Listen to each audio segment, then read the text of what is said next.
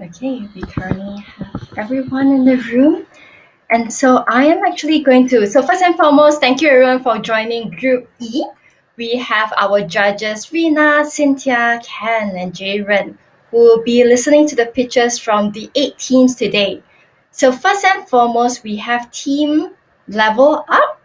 And I will start. So just remember again, everyone, there will be a 7-minute pitch followed by a maximum of 7 minutes of Q&A. So with that, I'm going to invite our first team up here to present her pitch.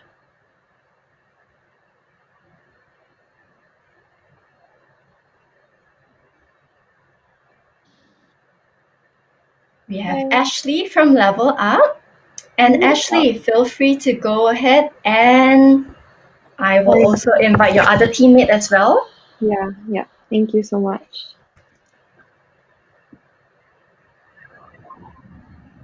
Hey, Ashley. Hi. Good afternoon. Okay, I've also invited Nicholas. Is he up on stage right now? Not yet? Okay. Yeah, just got the invite. Perfect. So whenever you're ready, feel free to share your screen.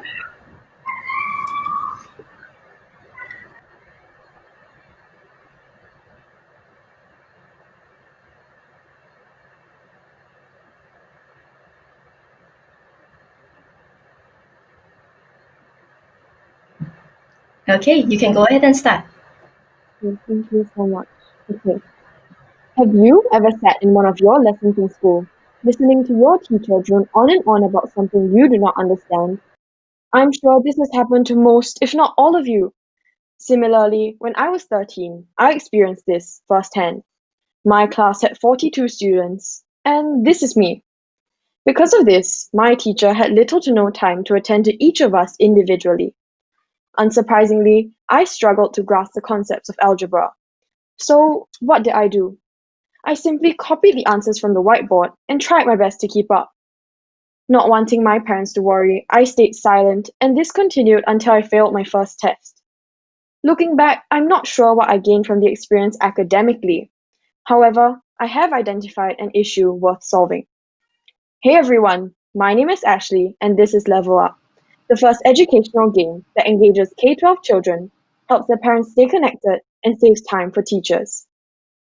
Currently, we've locked in over 1,000 users for our January pilot, with partner tuition centers and schools in the UK and Singapore, and raised $20,000 from the National Youth Council and the University of Oxford. So, what problem are we actually solving? Disengaged children, disconnected parents, and distressed teachers. The system is broken, and Level Up is here to fix it. To explore how our solution works in practice, let me take you on a journey with John, his mom Jenny, and his teacher Julie. The story begins with John logging into the game. Today, his teacher Julie has created a 5-minute interactive battle experience. John battles against the black shark, the master of multiplication, and successfully captures it. Proud of his achievement, he shows off his new pet creature to his friend Peter, who hasn't quite got the hang of multiplication yet. Beyond the screen, Level Up rewards children in real life too. John uses the in-game currency he earned from the battle to purchase a 1-day homework extension pass from his teacher Julie. That's way better than telling her his dog ate his homework, which didn't quite turn out well the last time. While the students are playing the game, John's teacher Julie is monitoring everything in real time. She reviews the analytics in class and explains the main questions that they got wrong, all in 5 minutes. Over the weekend, she notices that Monday is home-based learning, so she prepares additional battles for her class to enjoy at home in 2 simple steps. Firstly, by selecting the relevant syllabus outcomes, and secondly, the number of questions necessary. With just a few clicks, the homework is served and her weekend is saved. Being a teacher has never been this easy. Education is also about social-emotional development. Noticing that John is always eager to share knowledge with his peers, she sends him a limited edition hat for his pet with a congratulatory note. Times have changed. The days of rewarding children with gold stars are no more. But that's okay, because in-game rewards get everyone excited. The experience doesn't stop in the classroom. While Jenny is at work, she receives a notification about John's excellent performance in multiplication. This turns her frown upside down, and she grabs John's favorite cheesecake after work to celebrate with him at home. However, we all have weaknesses. Noticing that John's geometry is weak, Jenny uses LevelUp to print out a worksheet customized just for her son, which she passes to the tutor that LevelUp has helped match her son to, based on his psychoeducational profile. Not only is this tutor good at geometry, he is also extroverted enough to deal with her rowdy son, according to his LevelUp's diagnostics. Meanwhile, her neighbor Jane is stressed. All the workbooks she's bought and the expensive tutor she's hired haven't quite been working out. Everyone here knows that parenting is not all about making sure that your kid can measure the diameter of a circle. That's why LevelUp offers data-driven activity recommendations. Having determined that John is musically inclined, LevelUp recommends exclusive discounted tickets to the Sentosa Light Show to the family. With the click of a button, the family's weekend activity is sorted. To recap, by using gamification to get kids interested, LevelUp can receive psychoeducational data as input to generate actionable outputs on the parent and teacher interfaces to create the first complete solution for K-12. Now, let's talk about money and the go-to-market strategy, which will proceed in 2 stages. Stage 1 is a pure B2C play. The game will be free to play and use for children and teachers, and this will help us scale fast. Parents will pay a $10 a month subscription fee to generate customizable worksheets for their children and view real-time updates on their child's progress in school. If they want a more comprehensive psychoeducational profile akin to a DNA report, this will come at a one-time cost of $30. In terms of distribution, these products are sold to parents at public schools and tuition centers at a 70 to 30 commission model, effectively making private schools and tuition centers our sales teams. Stage 2 comes into play once we hit critical mass. At this stage, we can unlock commission-based revenue for matching students to tutors and activities. In terms of validation for B2C, our approach has been to gauge interest by going onto teacher-parent social media communities. The response has been strong, with our posts going viral in most communities, as you can see from this picture, with many parents and teachers asking to access the MVP service. In terms of validation for our partnership model, we are already working with tuition centers and governmental organizations in Singapore and the UK to test our MVP. In terms of time, we are currently at the pilot testing and partnership stage and hope for a commercial release by mid-2021 in Singapore and the UK. 2022 will be the time for expansion beyond the UK and Singapore. Recognizing how difficult it is to change the education landscape, we have a host of trusted advisors to assist in areas ranging from psychoeducational diagnostics to legal and business operations. In conclusion, the future of our world and our way of life will be determined by how well we prepare our children for success in the 21st century. We see great potential for LevelUp to ensure inclusive, quality education in line with the UN Sustainable Development Goal. Judges and audience, help us empower everyone in education starting today. Scan the QR code to get a free psychoeducational report for yourself or your child. Thank you. Thank you very much, Ashley. And judges, do you have any questions for Ashley? Yes, Ken. Yeah, hey Ashley, great presentation. Couple of questions from my side is the first question is so the content. How are you creating the content for the gamification? Yeah. Thank you so much for the question. So currently, the content is being created by myself and like an in-house team. So what's going on now is that because we aren't really like that big yet, so we are trying to create the content by ourselves. But obviously in the future, when it gets bigger, we hope to work with publishers because looking at the market currently, publishers are currently losing money, and this is also becoming a serious problem because of COVID-19. So physical textbooks are not really being used as much anymore. So evidently they would want to switch to some sort of digitalized platform. So with our game itself, the publishers can work with us, and that is what we would like to do in the future. But as of right now, the content is being created like in-house with a team of like educators. But yeah, in the future, we hope to expand to work with publishers too. Thank you. Okay, thanks. Would you be working with the schools to develop the content? Because I think each school will obviously also maybe have different curriculum needs, etc. So would you also be looking to the schools as a partner to think about how you can co-create the content? I think that's a really good question. So currently, because we have the game for both Singapore and the UK. So we are really trying to tailor whatever is within the content realm to each country's national curriculum. So for majority of the schools, this would be in line anyway, but we will definitely engage in talks with the schools to better understand their needs in terms of what their students seem to be struggling with more, and then maybe you can add on separate uh, functions for them, or like separate topics that they might need to help bolster the current curriculum within school. But generally, we'll be working with the national curriculum, so there won't be much deviation from what each school needs. Yeah. Okay. And then my last question is maybe if you can, do you want to introduce your team as well? So like what each of your team member does, like for example, who's creating, the MVP, that would be helpful for us as judges.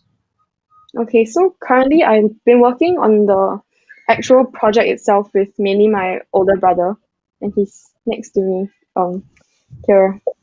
Okay. Okay.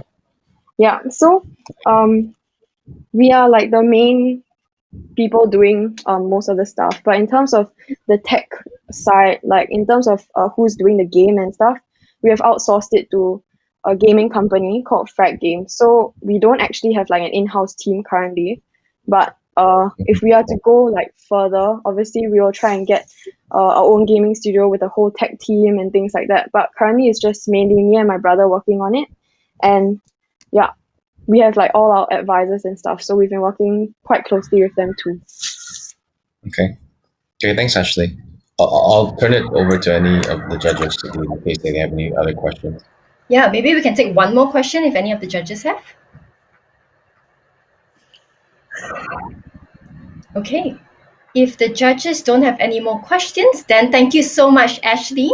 And we will actually invite the next team on stage. Next team is actually Aryan from Neuropract. So thank you so much, Ashley. Thank Thank you, you. Ashley. Thank you. Thank you.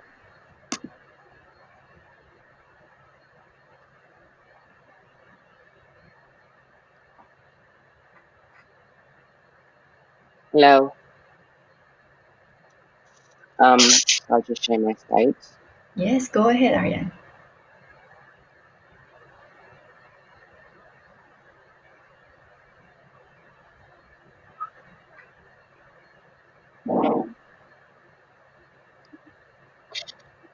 Neuropract.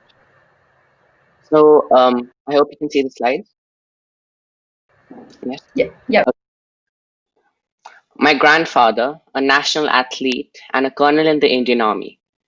He used to do hammer throw, javelin, and pole vault. He was the second fastest sprinter in the country. Until one day, a disease that nobody would have even imagined hit him.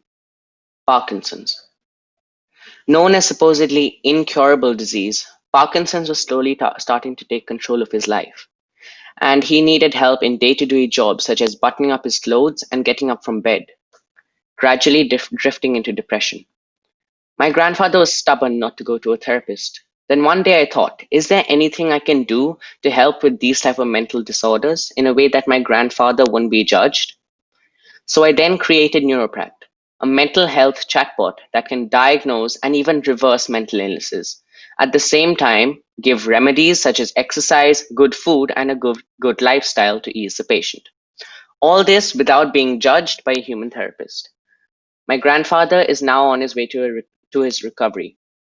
Neuropract has developed his mouth and jaw skills by making him practice tongue twisters every day, and has also motivated him to eat a high protein diet, which is really important for Parkinson's patient, and also do a 1 hour exercise routine in the morning.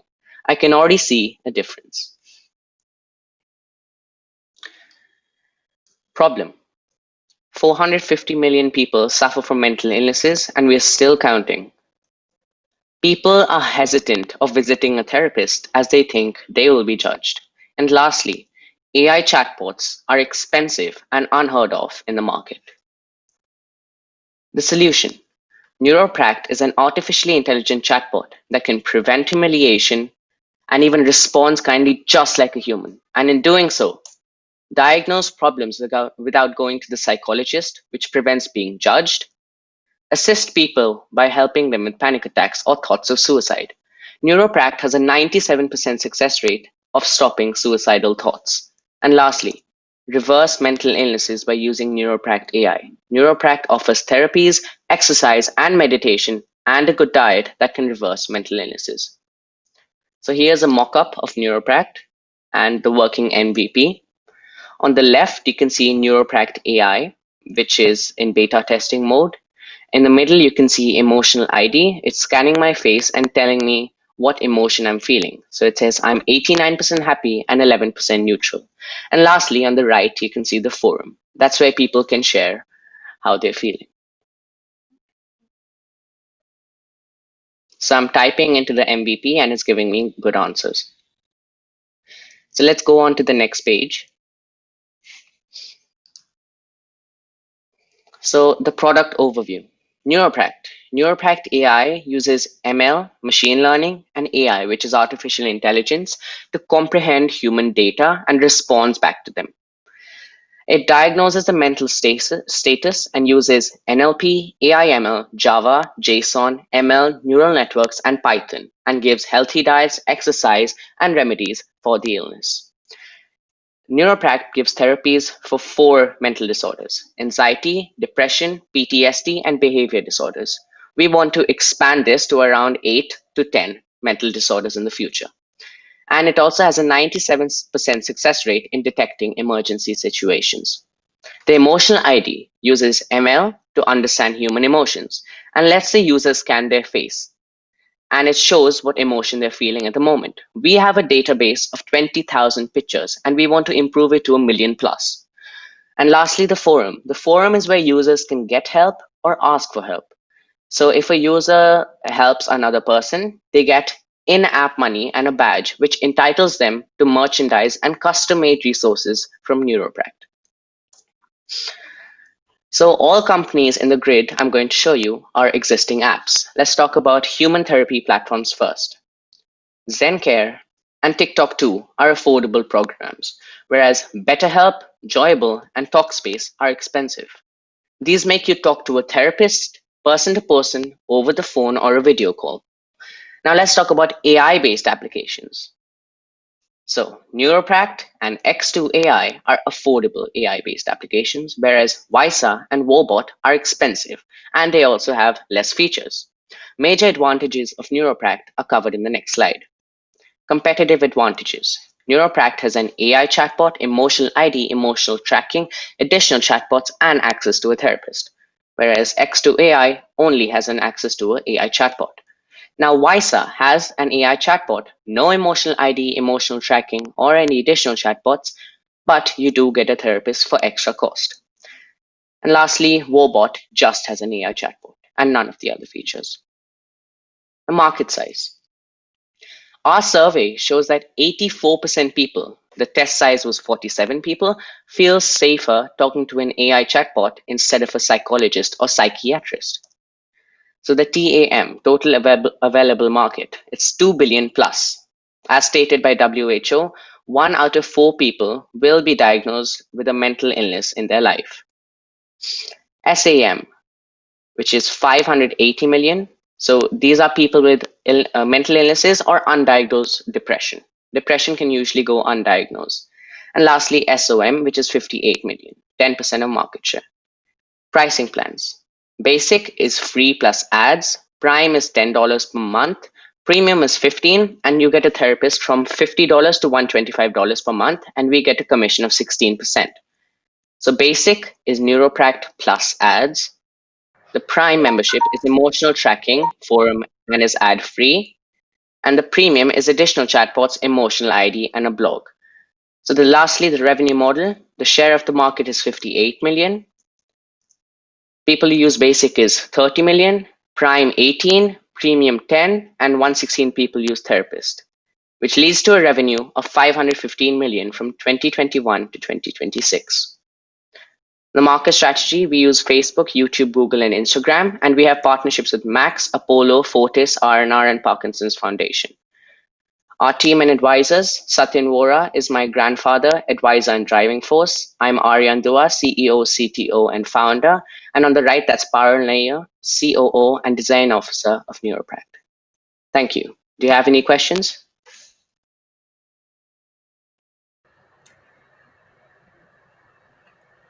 Hi. Hi. Yes. I'd like to check. You mentioned about 20,000 images that you have currently in your database. Yes. Where do those images come from? So they come through Creative Commons. So ML has to have a database to. So we have 5 main emotions: happy, sad, angry, anxious, and depressed. So we go through Creative Common images and then we place them in each separate emotion so that the ML understands the human data and comprehends it and tells the emotion to you. So we get it through Creative Commons.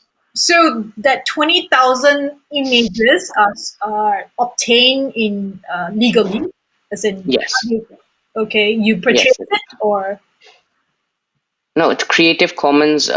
Okay. You don't need. Yeah. So then Creative Commons lets you use it without any license because that means that the free to use from the public. Okay. And the therapists that you have connected to your site, how do you actually sort of verify that they are, We're going to go individually to the therapist. So right now we have only 2 to 3 therapists with us. So as I said, we're partnering up with Fortis, Max Healthcare, R&R Army Hospital. So we're going to go to those hospitals and individually verify if they are good in their practices. Okay, thank you. Thank you. Thank you so much, Rina. And to any of the other judges, Cynthia, I guess you're muted. Do you have a question for Aryan? Yeah, sure. Thanks so much, Ariane. Great presentation, and I'm very intrigued about the technology. Can you share a bit more about your team? Who are the people behind it, and who are taking care of the business side as well as the technical side? So right now, 1 second. So right now, I am taking care of the technical side. If you would like to use the MVP, I have a QR code for you to scan and also a link. And Parul Nair, my team member, who's not currently present here, she is designing the app and using Xcode and also making all the good illustrations. And we also have a therapist, which is working off and on with us, and a psychiatrist. The name is Dr. Mukul Sharma. His image is not put up here, but he's also helping us with the medical terms and conditions. And we are soon going to be HIPAA verified. HIPAA. That's what's up. Kenneth, you have a question for Aryan? Yeah, I want to ask a question around a great presentation, by the way, first. But I want to ask a question around your AI and your ML.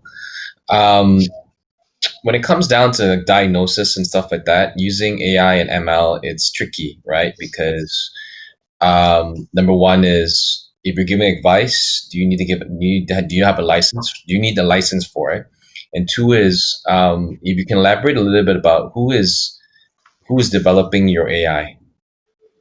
I am developing the AI, as I said earlier. We are planning to hire a team after some funding. And what is the other question you asked? Can you please repeat? Yes. So do you need a license for this? Yes. As I said before, we're soon getting a HIPAA license, HIPAA license, which verifies us to give a diagnosis and everything else in the app. Okay. Got it. Understand. That's all the questions I had, Yiling. Thanks. Okay, thank you. Any of the other judges have any questions? Okay, if not, thank you so much, Aryan. Feel free to also include the link into the session so that people who've just watched can also click easily as well. But thank you very much. And we are next going to actually invite the next team up. Give me a second while I invite the team up. Next up, we actually have Team Ambitio.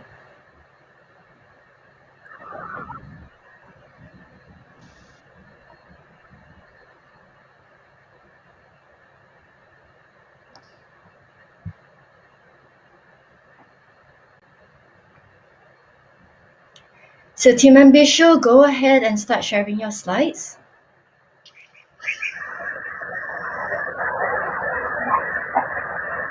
Okay, we can see it. You might want to just enlarge it a little bit. It's a little bit narrow at the moment, but go ahead and start whenever you're ready. Hi. So, anyone else here got anxiety? Hi. My name's Hannah, and I found out that I had anxiety way back in middle school when my parents signed me up for my first ever tutoring session. I was terrified. Clammy hands, the biggest butterflies in my stomach. I didn't want to get tutored. See, this was not only a huge problem for my mental health, but my education. However, I was not alone in this struggle, as 1 in 3 adolescents also deal with some form of anxiety. To help combat this, our team created Ambitio, a tutoring and executive functioning service designed to connect middle school students with a high school tutor or mentor.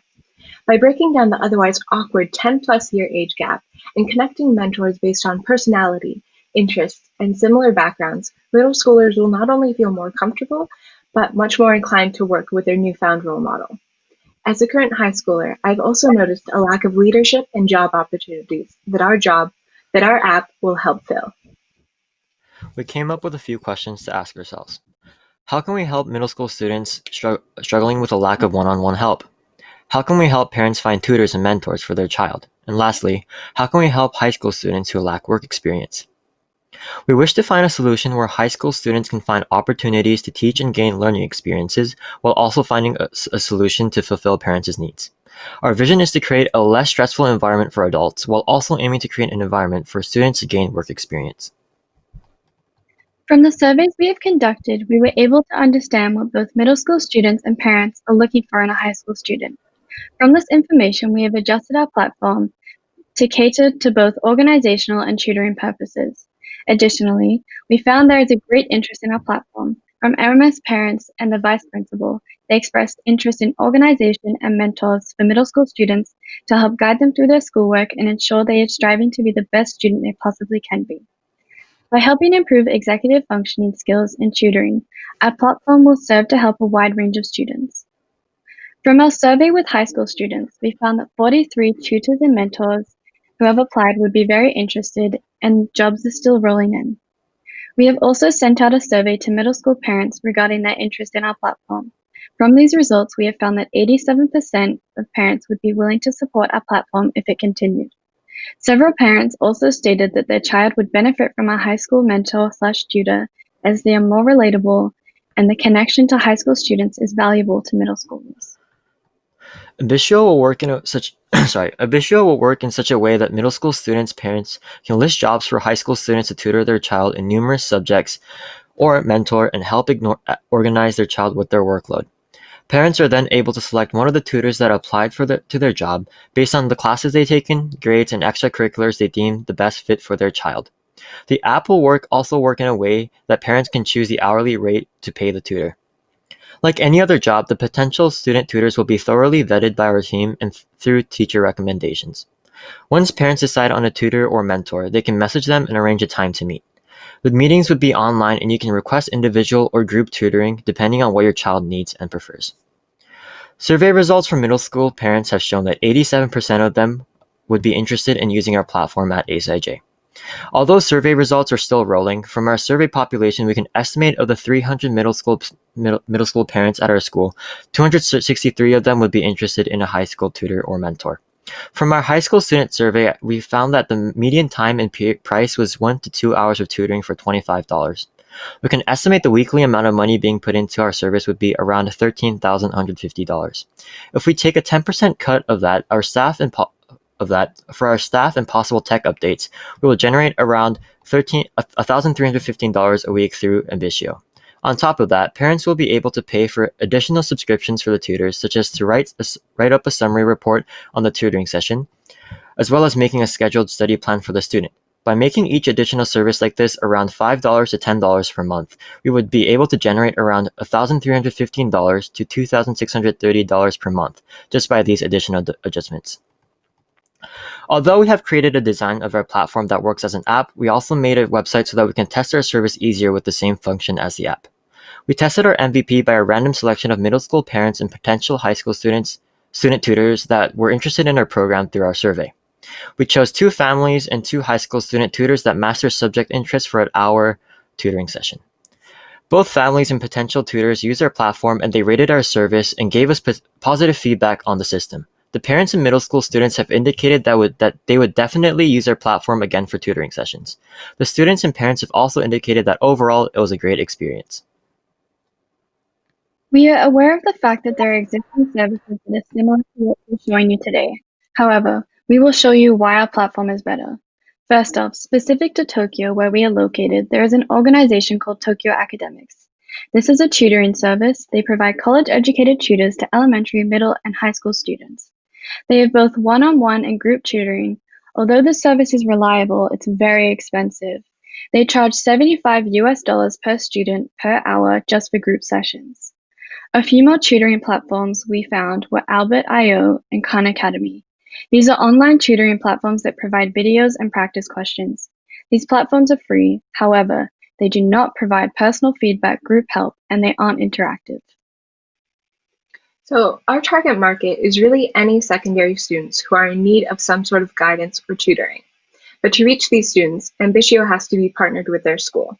To start, we began with our own school, the American School in Japan, Psyche.ai. After making our app and website using a free no-code program like Bubble.io, we would roll them out to the students and parents that were interested, and they would be able to use our service. With ASIJ as a case study for other international schools in our area, we would then be able to expand our customer base to them. The seed money would then go to targeted digital advertising. Social media sites like Facebook would allow for this and help Ambitio spread overseas. A few things we are currently working on are partnering with our school's safeguarding coordinator to ensure our app is safe for both middle school and high school students. We will use the platform escrow for transactioning the payment between high school students and parents. And finally, we will also navigate and adapt our platform to match with the current pandemic. To do this, we will follow different schools' health and safety regulations to make sure all students are safe. Thank you for your consideration, and this is the first step of creating ambitious learners. Right on dot. Thank you so much, Imogen and the Ambitio team. Judges, any questions?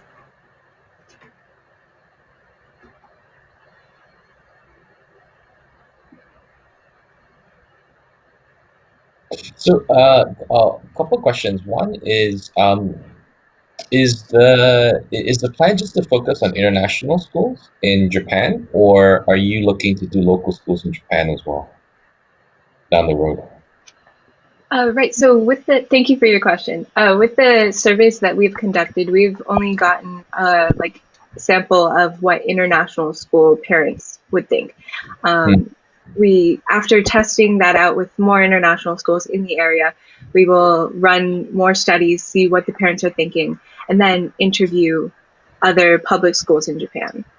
This will give us an idea as to prices and how we can help make the platform better and more individualized to those schools. Then yes, we can expand to whatever school once we learn what they want. Okay, got it. Understand. And then my next question is more on how would you curate the tutors? Sorry, can you repeat the question? Oh yeah. So how would you curate the tutors? So because obviously before you bring them onto your platform, there needs to be a quality check, right, to make sure the tutors are have are of a certain qualification, etc.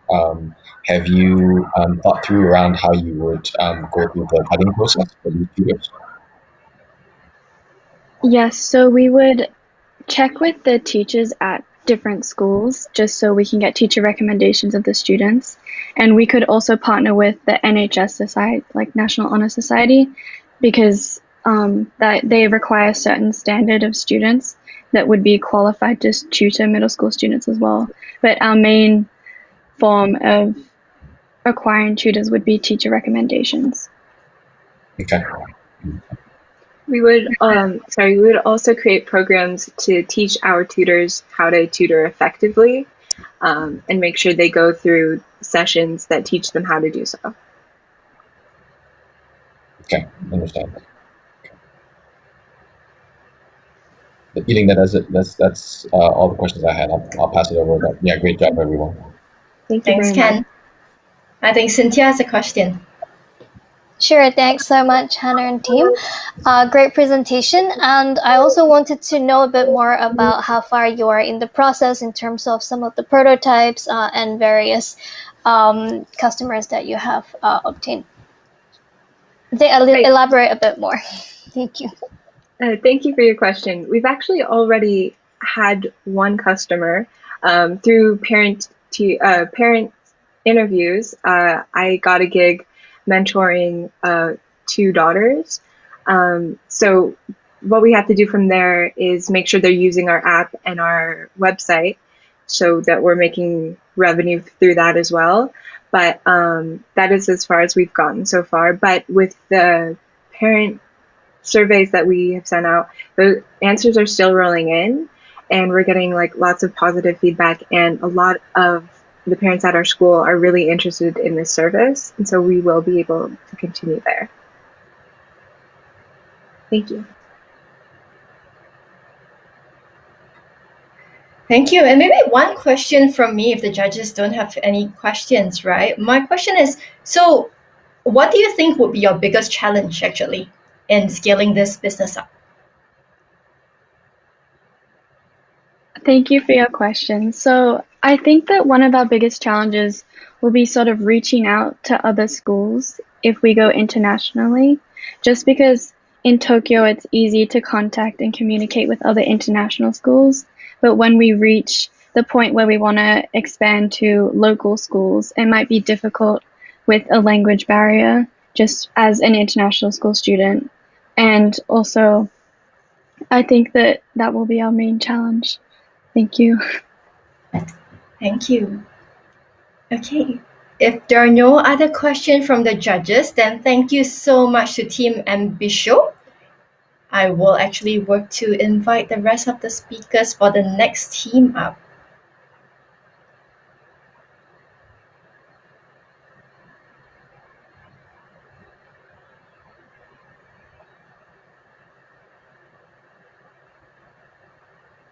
Okay, so next up, we actually have team also in education, Team Edupal. Is your camera on? Yeah. Can you invite Gilbert? Yeah, hi, can you invite Gilbert as well? Sure. Give me 1 second.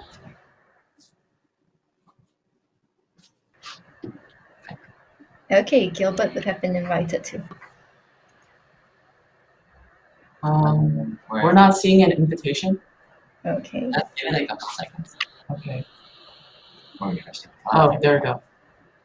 Muted.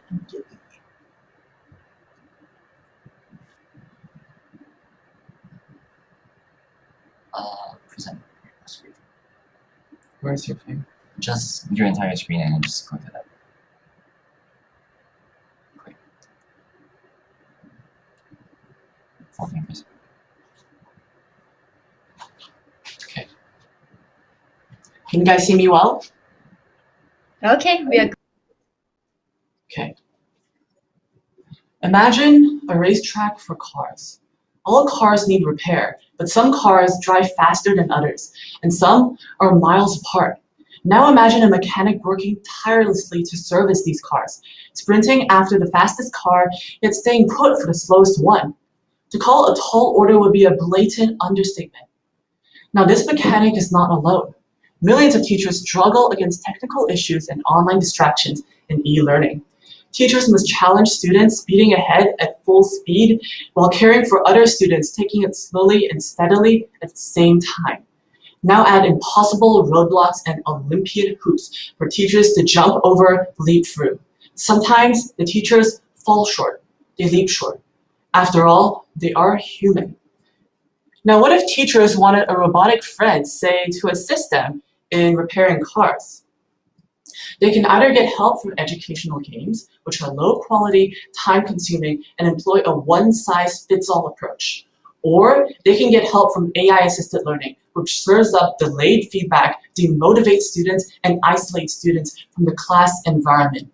Neither puts teachers in the driver's seat of their students' education. Enter Edupal, its teacher's best friend.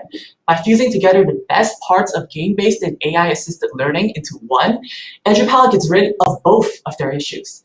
Students no longer have to choose between fun and efficacy, instead thriving in a new learning experience, amusement-filled and personalized, with both quality and convenience without sacrifice. We want to be the Netflix of education, curating the perfect question for students. Teachers can send personalized questions to their students at their fingertips, which challenges faster students and supports the slower ones at the same time. First, Edupal matches billions of crowdsourced questions with local K-12 standards. Then, for each subject, Edupal learns the student's skill level and recommends questions designed to stretch their knowledge without overwhelming them at the same time. Edupal strengthens the weakest link in the chain, and that is pre-planning. Instead of pre-planning questions before lesson time, teachers can ask any question effortlessly and get real-time answers from the entire class at the same time. This lets teachers gain a better understanding of a student's skill level. Now, learning should be inspiring and a tiny bit addicting. That is why on Edupal, teachers teach with games and review with games. Students challenge each other by sharing questions on Edupal like they do with selfies on Snapchat. This keeps the spirit of friendly competition alive. It inspires and makes inspiration contagious among students. The global e-learning market was worth a whopping $171 billion last year, and with just 5% market share, we can get a serviceable, attainable market of $1.8 billion. E-learning promised a future without commutes, geographical limits, or strict schedules. So why e-learning now? Well now, with improved internet connection, that future is made possible. Now, more and more families plan to reap the rewards of e-learning after COVID-19 changed their mindsets. And now, the industry is seeing double-digit growth of 12%. And in 6 years, the e-learning market size is set to double. Anyone can benefit from the basic plan, which features real-time student feedback and friendly competitions between students. Teacher accounts are forever free, but schools can go premium for 1 month, then pass on the fee to parents at the price of just one subway ticket. With Pro, students unlock the AI assistant and advanced game-based learning. And with Pro, schools unlock detailed performance analysis and questions pegged to local education standards. Kahoot's 70 million users proves that e-learning is a conducive market for viral growth. Kahoot has game-based learning, and Century Tech has an AI assistant. But by fusing the best worlds of game-based learning and AI-assisted learning, only we make e-learning radically easier for teachers. Plus, none of them are based in Southeast Asia, which is our target market. Though we hold a powerful competitive advantage, when we adjust subscription prices to dollars per month per student, it turns out we are cheaper than any combination of competitors. Thus, we beat our competitors on price too. We've gotten rave reviews from some of the biggest names in the industry, as well as key statistics which really show the interest for our product. We're partnering with SG Code Campus, a top coding school with over 1,000 students in Singapore, and Stalford Learning Center, a vast tuition center, to develop this product for them. Out of 306 unique visitors, we've gotten more than 28 installs, so we boast a conversion funnel 3.5 times the industry standard. This exemplifies the extent of our product market fit. Our strategy is first, gain traction and a credible reputation among early adopters on Product Hunt, Reddit, and Slack. Second, increase awareness and support in student-teacher groups on Telegram and Facebook. If executed properly, this will give us free referrals among teachers. Third, partner with prestigious world-class institutions and offer lower barriers of entry in exchange for adding high-quality questions to Edupal. Fourth, we'll backlink on trusted sites to boost SEO and natural site traffic, and leverage A/B testing to optimize the conversion rate of our landing page. We plan to spend our projected funding primarily on app and AI development, and the rest on operations and marketing. By the second quarter of next year, we'll finalize our standalone app with full game-based learning and a social community. And by the fourth quarter, we plan to publicly launch the AI Learning Assistant after garnering a massive pool of data from our users and partners. We are a strong team, passionate about business and the future of education. I have mentored business programs and interned in marketing and operations departments. Marcus has co-authored a paper on COVID-19's impact on education and was a runner-up in a national app building competition, while Julian organized climate change initiatives and has designed products in an award-winning student-led business. And together, we are Edupal, a teacher's best friend. Thank you. Good. Now you are able to check out our app. Our MVP. Great. Our MVP. Okay, and maybe you also want to pop that link into the chat after that so people can join. Well, as a teacher who use, GymKit and Kahoot, this is definitely intriguing, but I'm going to pass it over to the judges to see if they have any questions. And Rina. Yes. Thank you for a great presentation. I'm quite impressed. On the question itself, does the student key in the question, or they can take a snap of a photo of a question, which is very popular right now, because if I'm stuck with a question, I'll just take a photo, send it to my tutor, and my tutor will probably, if it is a maths question, come up with a solution and send it back to me. So that's what the current practice is. So I just wanted to understand more, because you said crowdsource question, right? How do you actually crowdsource? So we actually, in our development roadmap, we plan to reach out to the world-leading institutions and offer them discounts so that they will, in exchange, add a lot of their high-quality questions that they have probably prepared before in probably text forms or Word documents and add them onto the site. As this goes on, we anticipate that we will have more and more high quality questions, and we will be able to, at first, we will use, we will employ a couple of manual people to tag these questions, and eventually we will transition to an automatic question tagging system, which will allow us to peg questions to specific education standards across different regions. Does that answer your question? I think my question was, what if I snap a picture of a question? Because let's say, for example, maths question, you have more words than actually numbers currently. So if I snap a question, and do you allow me to upload that photo with questions to your site? Therefore, if I do not know how to answer it, there will be help from different people. So, or do I have to type everything in your platform? So is it just text or image recognition? Oh yeah. So we in our future standalone web app, we will support uploading text, uploading images, uploading multiple questions together in batches.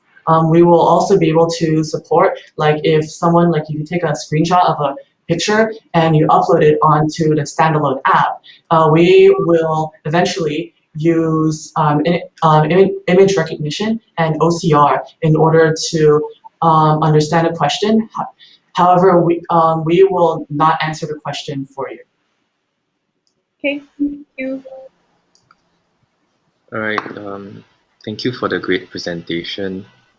I just want to ask a question, because this thing will only be probably successful with the teachers on board and actively use it. One of the key problems, we can see because of COVID-19, this whole year 2020, teachers who have traditionally been used to offline approaches struggle to go, digital, to use digital platforms, etc., to get them to use it also was a challenge. So how do you plan to onboard the teachers, and how do you plan to guide them to use your platform?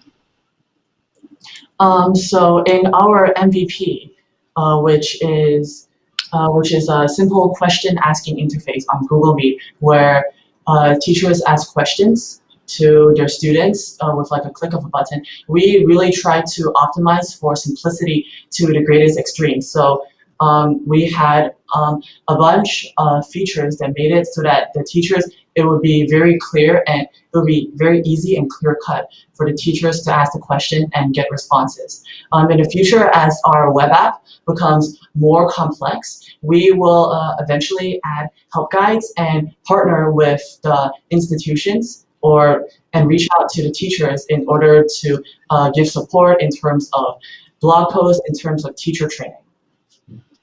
Okay, so I see that it's a Chrome extension, which means it's not a browser base. Let's say on Zoom, etc., they can't use these, right? Your web app. Currently, our MVP is, yes, it is made on a Chrome extension, which supports Google Meet. The reason why we chose not to support other conferencing apps like Zoom, Microsoft Teams, etc., is because we, as a school, we primarily use Google Meet, and well, the Ministry of Education had like a ban on Zoom for Singapore many months earlier. So we found that for a survey, quite a lot of teachers and quite a lot of tuition centers actually transitioned to Google Meet instead. That is why we put it on Google Meet. So, and we also added like the way in which we made it. It's also like a single button on the corner of the video conferencing app, so that it kind of like adds on the simplicity. We wanted to make sure that we had a product market fit, and we had like we had really good adoption in terms of the simplicity of our app before we rolled out to other platforms. But yes, definitely, when it comes to our standalone web app, it will be its own website, not a Chrome extension, which will support all platforms. All right, thank you. Thank you. Great that you've done your research, and yeah, I think it's a good start to use the Chrome extension than having to build a web app. Okay. Thank you so much, judges. We probably have time for one question. So, Cynthia, I see you've unmuted yourself. Great, thank you so much, team. Great presentation. I think that's very applicable to a lot of the schools in the new normal. So my question is, can you elaborate a little bit more on the business model in terms of, I think you mentioned a bit that you're gonna have the schools, and then the end user, the end payer is for students and parents. So can you explain a little bit more about like how that transition of user plus people who pay?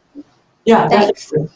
So the way it works is that we are going to charge for the pro plan the institutions or the schools or the teachers, whoever is the admin in charge of handling the students. This makes it, and then the schools and the institutions will pass on the cost with their already inbuilt systems, right? All the schools, institutions, they already have a payment mechanism that allows them to have the parents pay school fees, tuition fees, etc. They will just add like a single, like $1 or $2 onto that fee, and so the parents, they don't need to sign on to or register onto an extra platform and go through all of that bottleneck and all of that hassle to actually do the payment. It is automatically handled by a central, the institution, the administration, which we thought would make it much easier and would speed up adoption. Does that answer your question? Does that answer your question? Yes, thank you so much. Thank you so much. Thank you. Okay, thank you so much, Team Edupal, for your presentation. We're going to get the next team up, which is Team Gro-smart from India.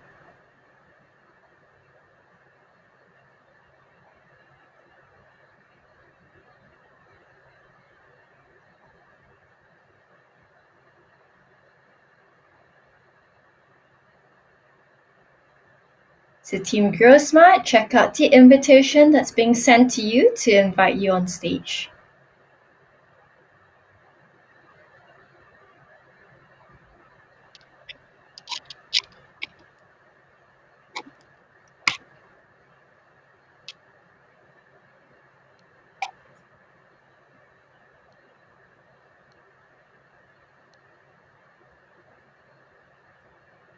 So Kunal, you're on. If you're ready to share your screen, go ahead. We're seeing it loading right now. Okay, so you hit present. And go ahead and start. Okay, we are Team Gro-smart. Imagine looking at a starving, malnourished child begging for food at a red light. Imagine the look of hunger, the eyes of desperation. Just across the road to see a man who, with a carton of food, and he throws it into a pile of trash without a second thought. This is an eerie representation of the situation we face in India, and it is not at all uncommon. You would think a country so enveloped by poverty could not afford to waste even an ounce of its produce. But the alarming fact is that it wastes even more than 40%. 40%. We must act, and we must treat every day as an opportunity for change, and we believe we can be the solution. We at Gro-smart believe we can be a part of that solution that helps our country in the battle against food wastage. We strive to cut down the wastage in stores by connecting stores to buyers. All retail and grocery stores throw away and waste food if they are not bought off the shelf. These items are generally thrown away at a humongous scale throughout this nation and the world. We simply provide a marketplace for these entities to interact, allowing grocery stores to list food at discounted prices. In doing so, the store is able to make a profit and the buyer is able to make a saving by not buying it at retail price. And in turn, we have prevented food loss. Now, you may be asking, what stops firms and hotels from accessing the food straight from farmers? Well, firstly, we have to take into account the area we are targeting, which is Delhi. Now, there's almost no agricultural production in Delhi, in or around Delhi. And this means long transport and long distances transport systems are required. These are usually inadequate for the transfer of perishables. Lastly, we have to consider the cost of crossing state borders, which can hugely add to cost.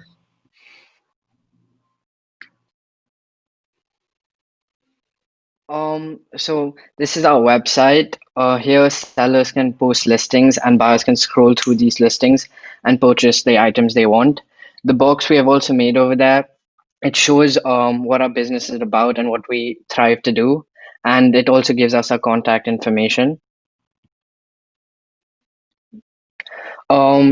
These are the fields that the buyers need to fill out before they can list a product. It's quite a simple process and it's really it's very accessible. Next slide.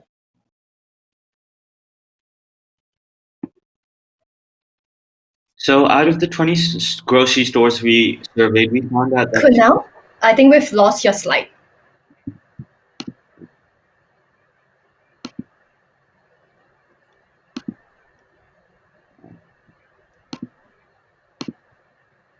You might want to try sharing your screen again. Is it back again? Not yet. Okay, yeah, it's coming through. Okay, go ahead. So how does this app work? So our app works like our website. Once you download the app, you register yourself as a buyer or a seller. Once you register yourself, you'll get a unique ID to register anytime you want. If you're a seller, you will go to the items on the second page where you'll pick the items and the quantities of the items that you wish to sell. The algorithms, which are constantly updated with prices, assign a discounted clearance value. For example, 1 kilograms of onions for 8 rupees rather than 22 rupees. And then all you need to do as a seller is accept the prices and your part is done. As a buyer, you follow the same process of registration. As a buyer, you now pick the items that you want. The algorithms match the buyer to seller. Once the match has been made, the buyer is taken to the payment gateway, such as Paytm. Then you have two options. One is to pick up from the store, or the other is a delivery, or other one is a delivery to your homes. We can do delivery, as we also plan to partner up with Zomato or Swiggy, which are popular food delivery services in India. Out of the 20 grocery stores we had surveyed, 60% of them were willing to use our service. Now, while this might not seem like a lot, 11 grocery stores is a big start, and it is something we feel is good for our initial starting point of our company. Market size. India wastes food worth $33 million every day, and 45.5% of Indians spend 700 rupees, which is around $9.5 on groceries every week.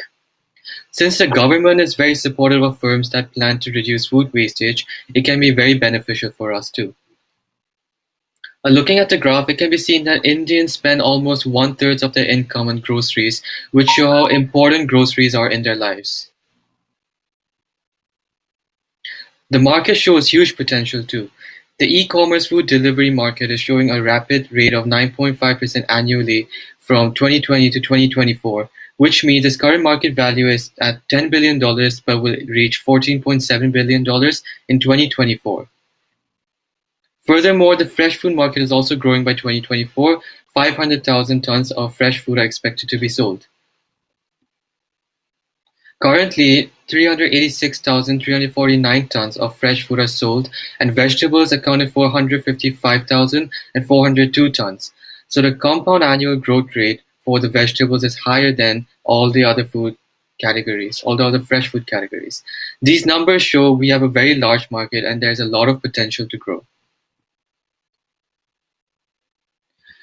So we don't have any direct competitors. However, we do have indirect ones like Karma, Olio, Food Cloud, and Hungry Harvest.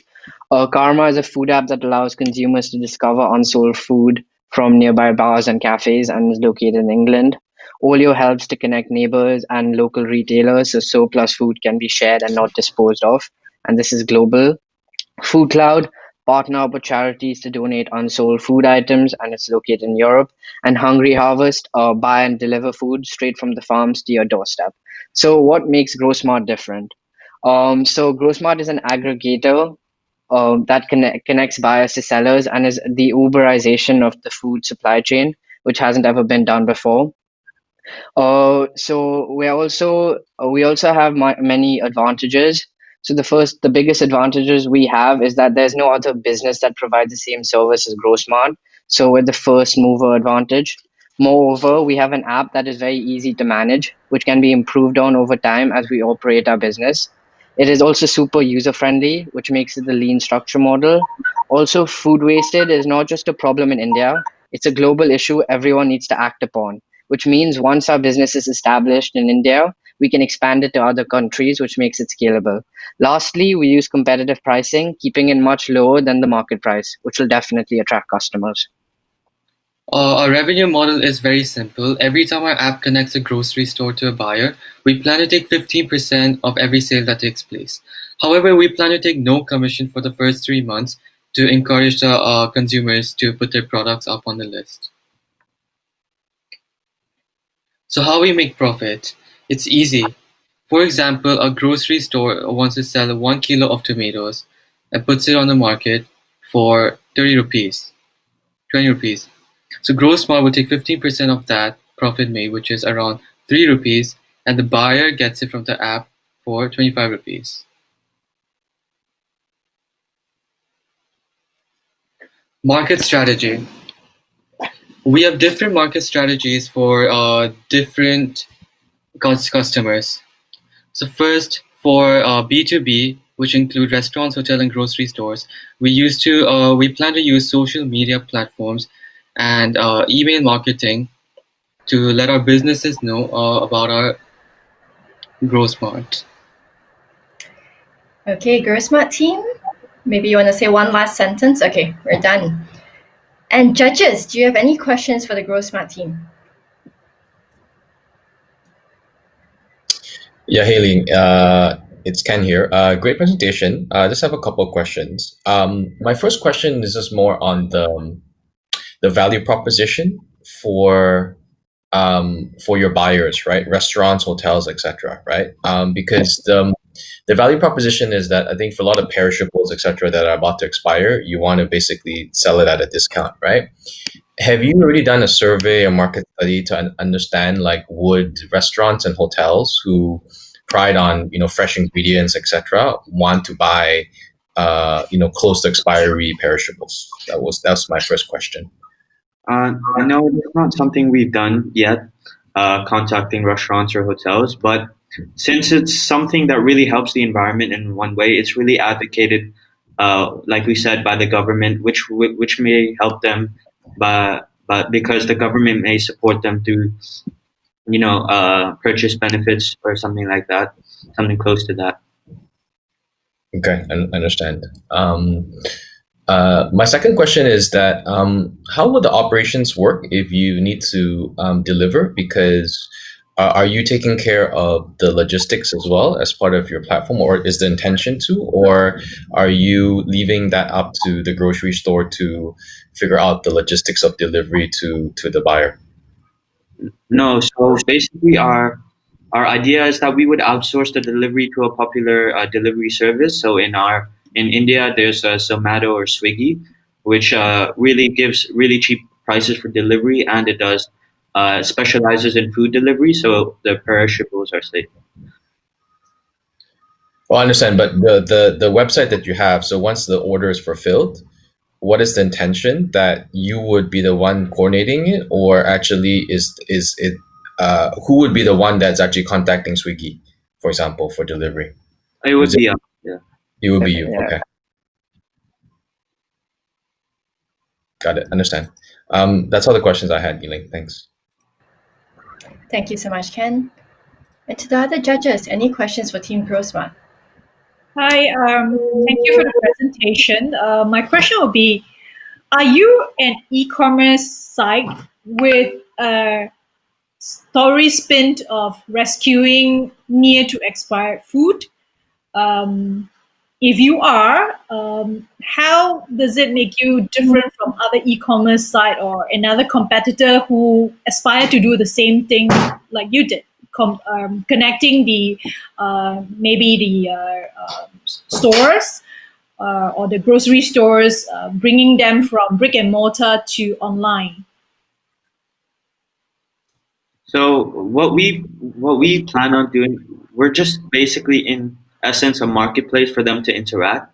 But what makes us really different is we're trying to attract lower prices from the grocery stores, because they're selling perishables which are near expiry, and hopefully this gives us lower prices. But more than that, we also deliver to individuals and hotels and restaurants. So it's not just like in e-commerce. It could be slow because of they cover a much longer range, so delivery times are longer, or stuff like that. When it because we're so niche at the moment, we're at more local. We think it'll help us initially, at least.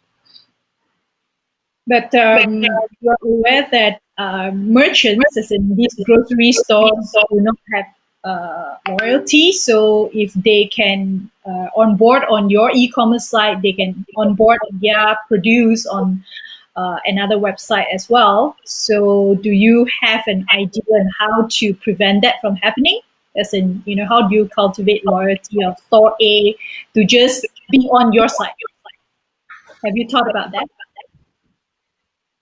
Well, our idea is more local than bigger e-commerce websites, which usually take from farmers. So that's why the grocery stores we actually surveyed are more like little corner shops that actually waste more than, say, bigger corporations or grocery stores that are really big in their revenue or profits. Okay, thank you. Okay, thank you very much, Team Gro-smart. I'm going to invite the next speakers on right now. Just hang on. Right, and thank you so much, judges. I know it's a really long process. We have 8 teams in a row without a break. So I hope you guys are still doing all right there.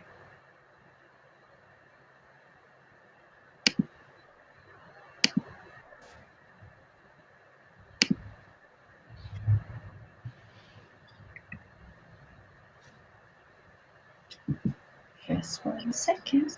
I'm gonna get... Okay, I think Team Chill Pill, most of you are on.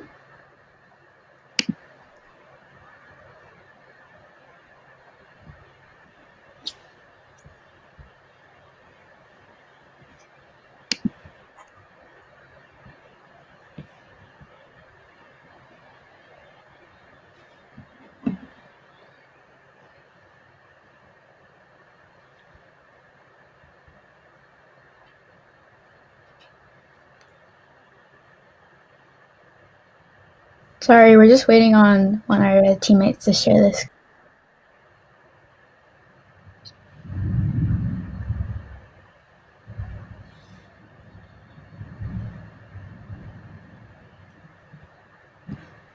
So I don't know if all of you are having this as well,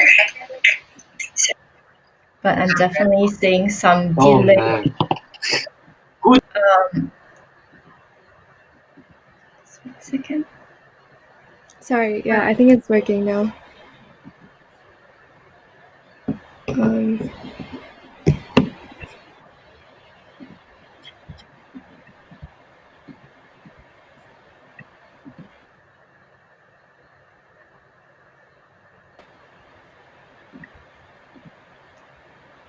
Is Sarah supposed to... Okay, yeah.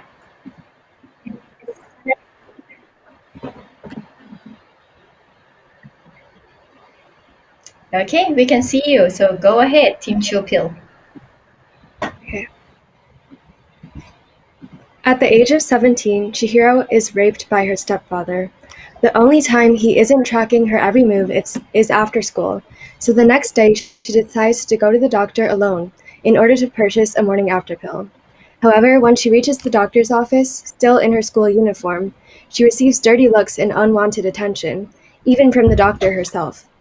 As a student with no source of income, she has to spend her entire savings just to get a hold of the pill.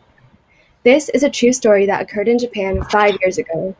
However, there have been little to no advancements towards making contraceptives more accessible, and the stigma around the issue is still just as prevalent today. At Chillpill, we want to help people like Chihiro by financing and raising awareness on the morning after pill.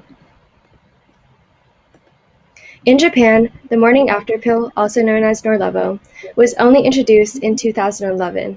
While in the US, similar pills are sold over the counter at drugstores, in Japan, it requires a doctor's appointment and prescription. On top of that, it costs between $100 and $200 US and needs to be taken within a 72-hour window, making it very hard to get a hold of. Not being able to access the pill also comes with many psychological and financial challenges, since women are then forced to endure the possibility of becoming pregnant or choosing to have an abortion. On the NHK program Good Morning Japan, the vice president of the Japan Association of OBGYNs said, "If we make the morning after pill more accessible, I worry that women will think, I can just use this next time and start using it casually." This goes to show how, at the governmental level, there is still a reluctance to make contraceptives more accessible to women. In a recent survey conducted in May of 2020 by 2 prominent sexual health organizations, 32.8% of women stated that they gave up trying to obtain Norlevo. Of these people, the main reason that they were unable to access it was the high cost. This demonstrates the need for financial help in allowing more people to access the pill. In order to increase the accessibility of the morning after pill for women in Japan, we developed a reimbursement system that will pay for part of a woman's Norlevo fee. If a woman decides that she needs Norlevo, she will get a doctor's prescription and will buy the pill with her own money. Later, she will contact Chill Pill Japan through email and will send us a receipt of her doctor's fee and prescription. Once the documents are checked, we will reimburse the woman with 30% of what she paid to get a hold of the pill. In order to generate revenue for the reimbursement system, we decided to create a self-sustaining clothing brand. The first product we are selling is crew necks. Here are the designs that we have so far. And although it is hard to show virtually, we are all actually wearing our merchandise today. As we gain more revenue, we hope to expand our brand and sell different types of merchandise, including bags, stickers, and keychains. We're also working on an education system using social media platforms such as Instagram, YouTube, TikTok, and Facebook. For now, we are mostly going to be focusing on YouTube and Instagram. There we will be posting videos and posts raising awareness about sexual health, and we eventually hope to do so through a partnership with an OBGYN to help us spread the word about ways to avoid having to use the morning after pill in the first place, and also how to manage being in a position where it is necessary. Though we cannot change the laws by ourselves to make Norlevo cheaper, by raising awareness, we believe that we can eventually draw the attention of the public to pressure higher-ranking government officials and business people to improve the accessibility and the affordability of the pill. Here's a snapshot of our Instagram account. It's at @ChillPillJapan, so please feel free to check it out. We also created our company website where we will be raising awareness and providing resources while also selling our merchandise. In order to measure traction, we created a Google form where we asked people if they would be interested in buying a crew neck. We got 62 responses saying yes. Here are some of the 62 people that are supporting our brand. At school this week, we got people to try on some samples, and we plan to start selling the crew necks after winter break. One of our go-to market strategies is word of mouth, which would entail contacting friends and family to support the brand and spread the word to increase publicity. We will also utilize social media platforms to get influencers to promote our brand and create educational content that raises awareness. Through email marketing, we will send out regular emails about sales and discounts in order to increase customer retention. As a long-term strategy, we will implement pay-per-click advertising to generate more traffic on our website. We will also collaborate with similar clothing brands and sexual health organizations and get clothing stores to showcase our products to gain more exposure. To gain an insight into a similar brand like ChillPill, we were introduced to Please Don't Throw Your Love Away and interviewed their founder Shinji. Through this, we were able to understand how to better gain traction as a startup and create merchandise with the resources available to us in Japan. A big competitor of our brand is other clothing retailers. The products will be cheaper and we will have more variation. However, because our products represent and support a cause, consumers will be more likely to buy them even at a slightly higher price. Our current goal is to gain an audience in Japan, spread awareness, and help women domestically. We plan to sell the merchandise for about $60, which puts a limit on the audience we cater to. Finally, because the merchandise does not directly associate with the pill, customers can purchase the product solely for fashion purposes or opt to purchase with a motive to help women, which broadens our audience. Our total addressable market starts with the charity organizations in Japan. According to nonprofit source and our own calculations, the yearly revenue is $7.4 billion. Next, the serviceable addressable market is the fashion industry revenue, which according to Status is $23.9 million. As we are a startup and are yet to gain access to such industries, our current serviceable obtainable market is high school students in international schools in Tokyo. Since each of us have a connection with them through social media, we decided that that was where we were going to start. For this, the potential revenue is $270,000. With a survey conducted, we received 62 responses through our Instagram audience of 238. We calculated the logistics of setting up a scenario of if we were to sell to all the respondents. As we are a self-sustaining business, we are planning on allocating 70% of the profit for donations, which leaves us with $2,163 and the rest for investments. The cost of the pill in Japan ranges, so we estimated the total bill, and paying 30% would subtract $45 from the total fee. This allows us to help 48 women. Thank you for your attention. I must say it's a really interesting proposition. So judges, do you have questions for Team Chill Pill?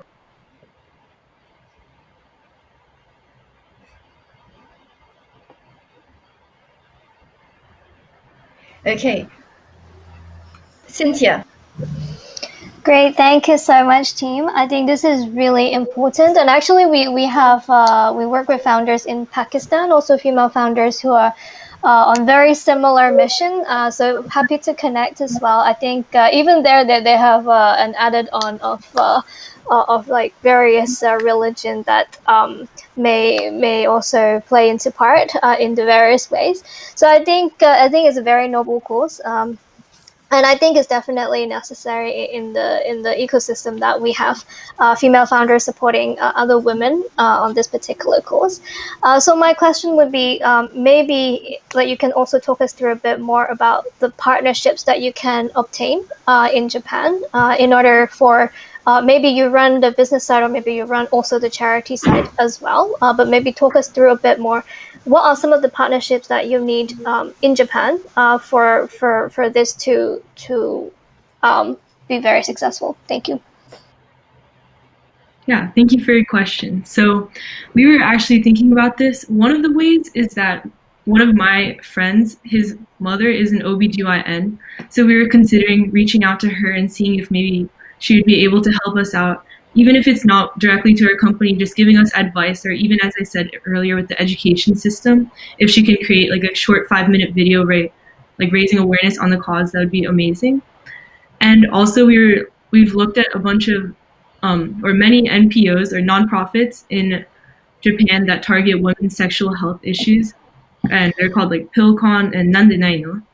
And we've already reached out to some of them, and we're going to try to reach out to more and see if they can help us out and raise awareness on our cause, because their organizations are more broad and it's women's sexual health issues as a whole.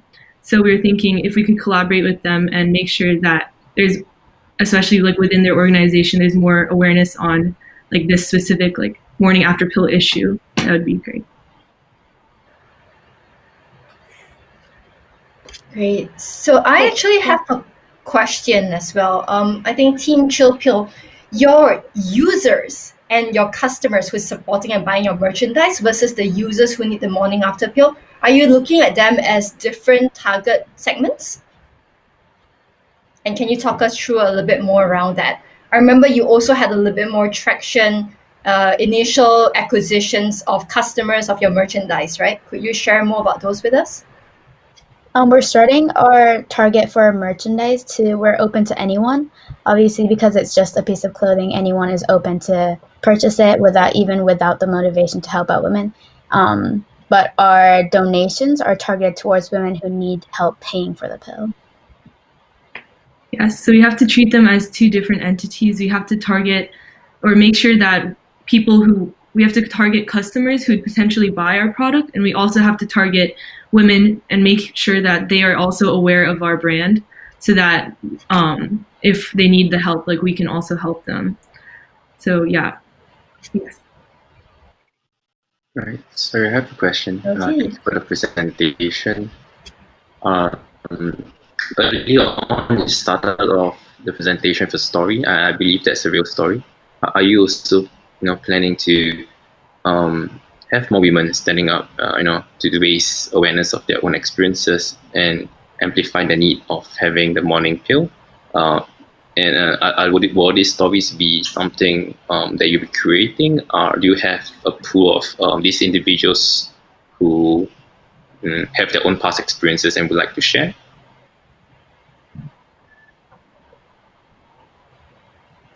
Yeah, we haven't actually been able to directly reach out to people who have had these kinds of experiences. Like the story that we talked about at the beginning was actually from an article that we read earlier. It was in Japanese and we translated it to English. But yes, we would definitely love to reach out to people, especially as we gain more traction, and if we can make our brand bigger, maybe there would be individuals who would say that they've had similar experiences and something like this would be able to help their cause, or it would have helped them earlier if this had existed before. So definitely we're going to be looking out and trying to find people to help, because that would also kind of raise kind of credibility with our brand. It would make our brand look more like necessary, and it'll show how important this issue is to address.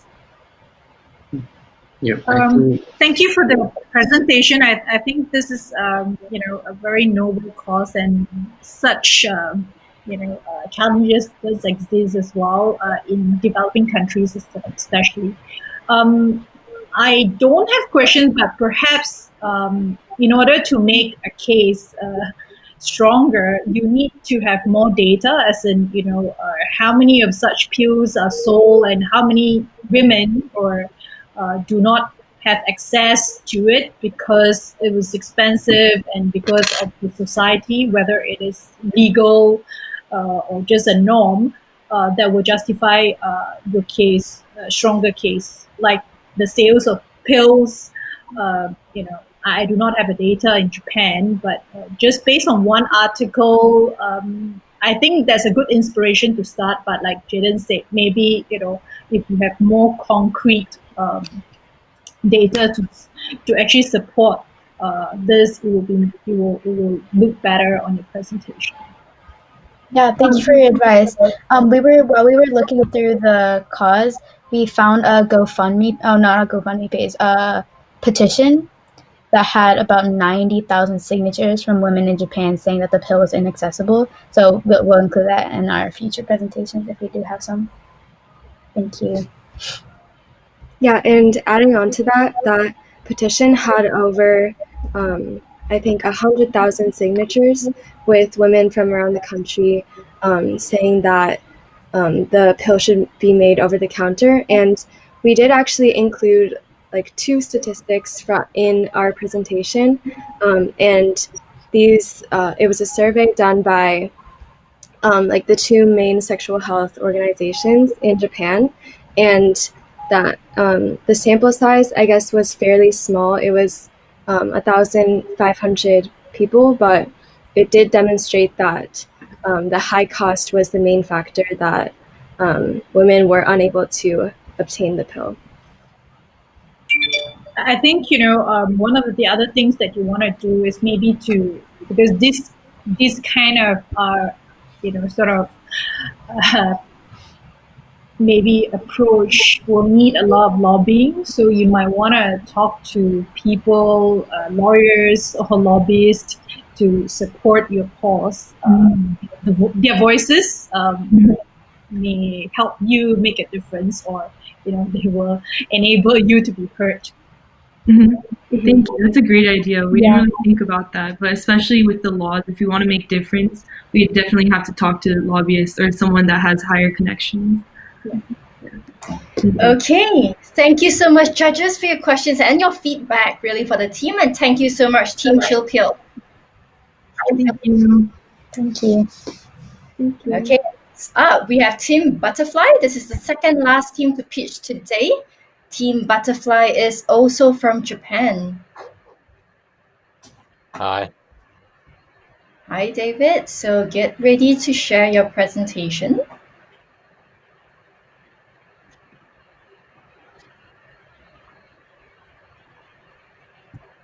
All right, can you guys see this?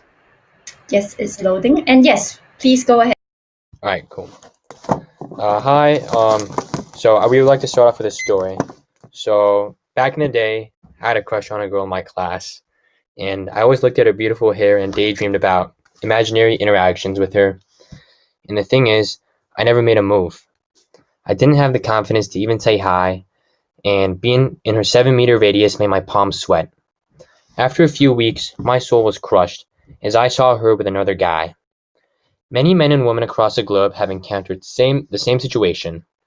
We at the Butterfly team are dedicated for these missed opportunities to come to an end, and at the same time, for the opportunities that actually do go well, we want them to be long and meaningful relationships. My other issue with this girl was that I was attracted to her purely based on her looks while knowing nothing about her inner qualities. This is an issue because if I did get in a relationship with her, it might not last long due to our different personalities and could likely end sooner or later in a devastating breakup.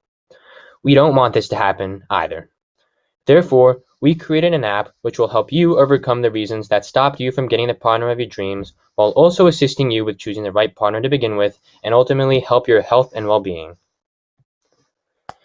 So the problem we're trying to solve is that people often prioritize their selection of partners based on looks over personality, leading to long-term incompatibility and heartbreaking divorces and breakups.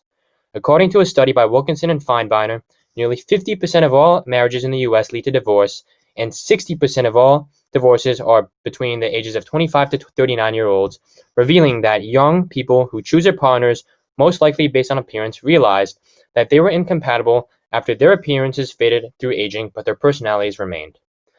In addition to this problem, we want to address the issue of people missing the opportunity to pursue their crush due to shyness, fear of rejection, and other reasons. We discovered the severity of this issue after conducting a survey.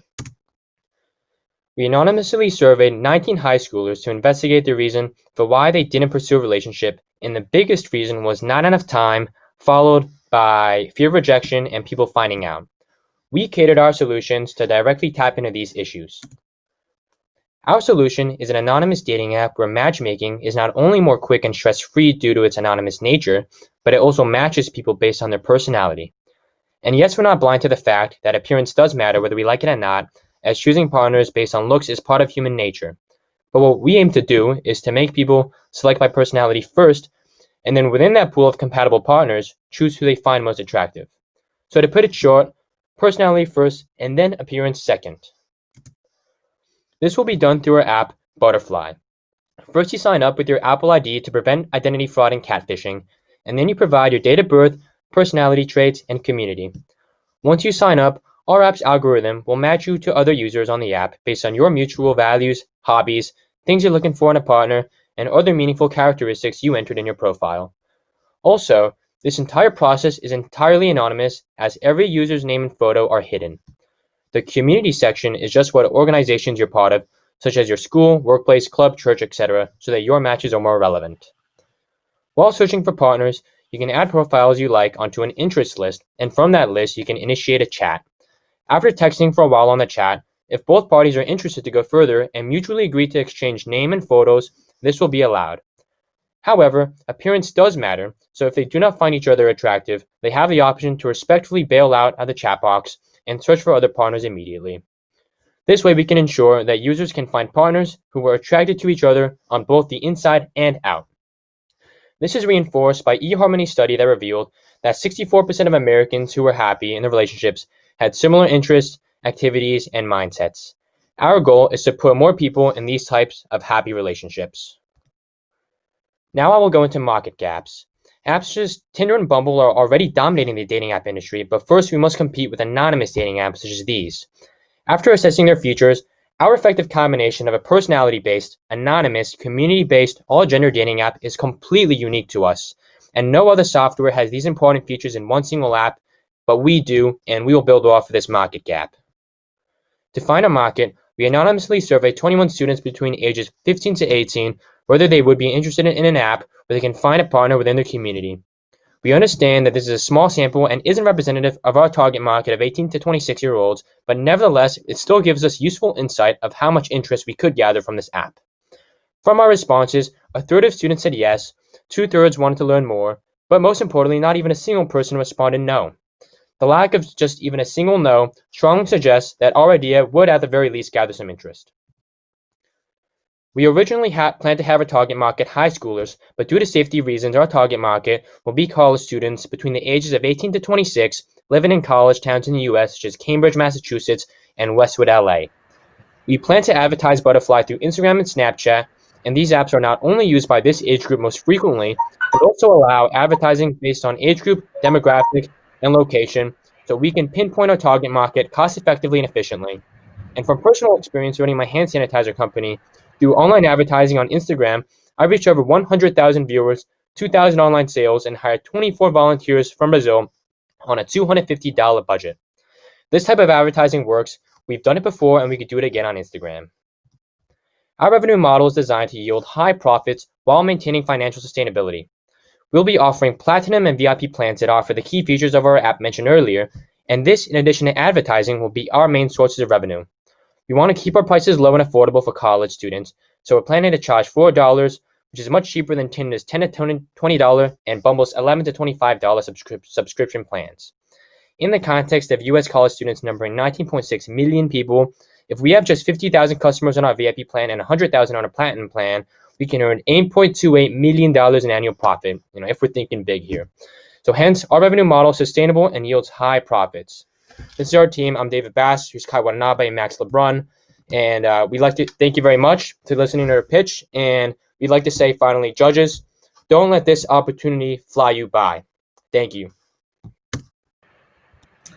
Thank you so much, David and team. Judges, over to you for questions.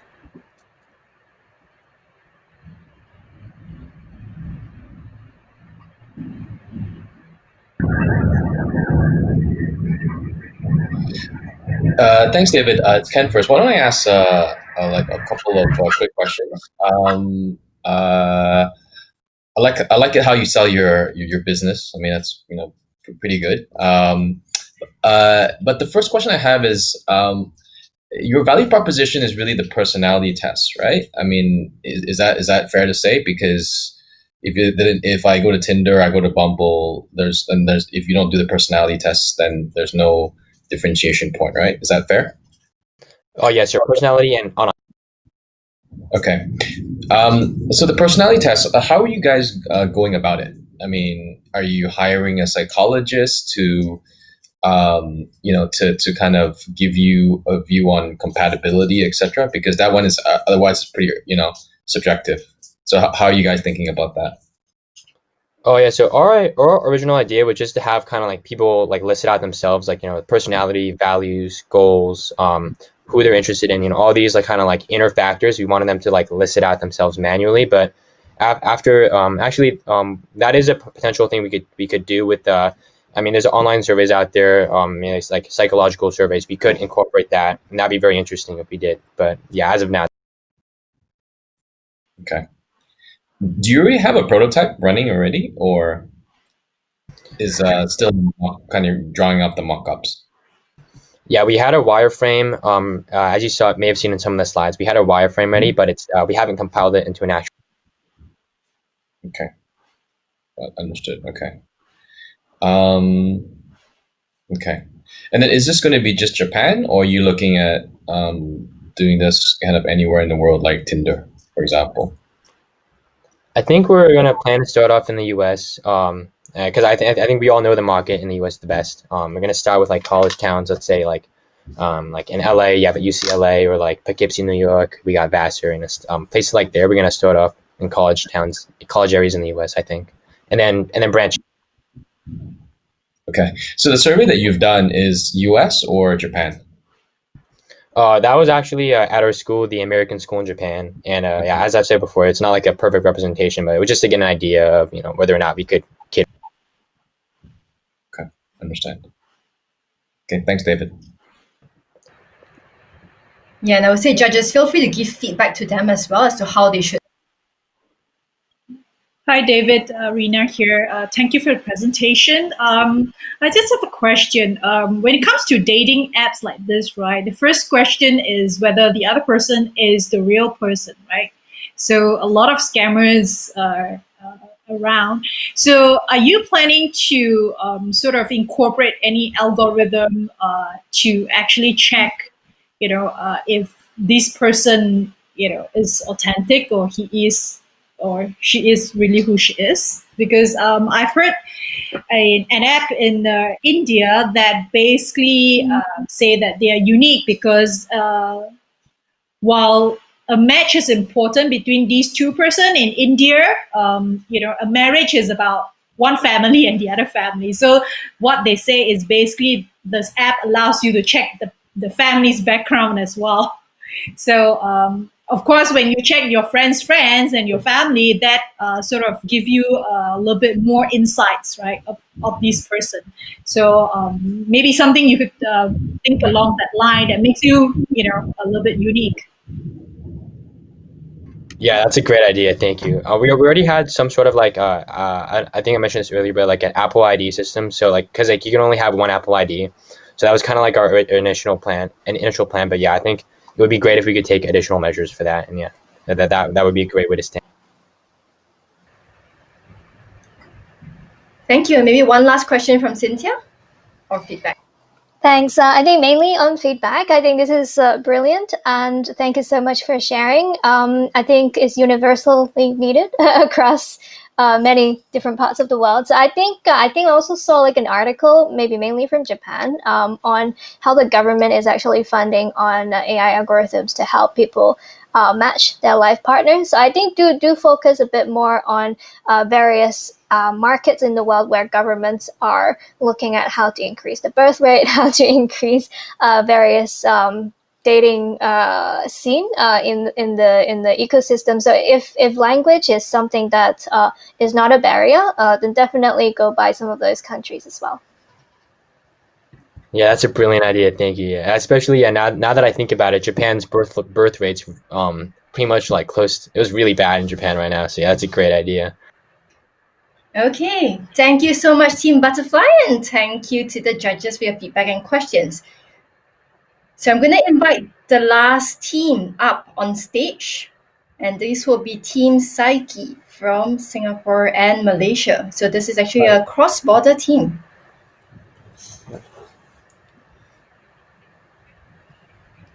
James, are you there? Yeah, Let me just remove Team Butterfly from the screen. Yeah. And Kazel, in the meantime, feel free to start setting up your screen as well. Yep, sure. Thank you. Right, is my screen seen? Or... I'm still waiting for it to load. It says click to exit full screen. And yes, you can hit present. Is James here? Yep, I'm here. James is here, but just a question. I'm seeing a blank screen that says click to exit full screen. Is that what we're supposed to be seeing? No. Yeah, it's supposed to be the slide deck. Okay, no. So maybe hit present again. Right, sure. How about now? Judges, are you guys seeing it? I'm still seeing a blank screen. Maybe it's just waiting to load. Okay, so Jaren is also not seeing it. Maybe let's just give it 1-2 minutes to... Why don't you try the presenter view as well? Let's see if that works. Stop sharing. Cache. Yeah.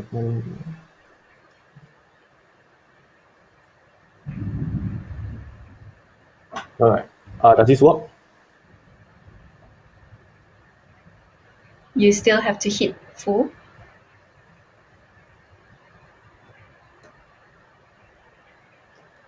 Any luck there? No, you are still seeing the same screen.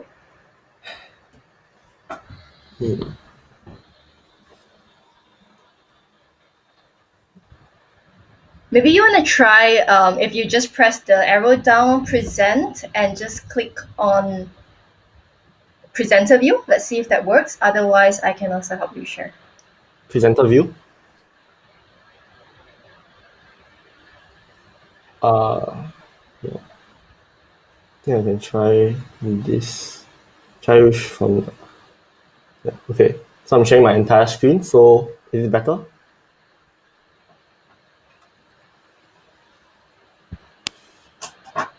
Yes, works now. All right, thank you. All right, James, you can start. All right. Hello, my name is James, and I'm a 17-year-old student. This is a typical evening.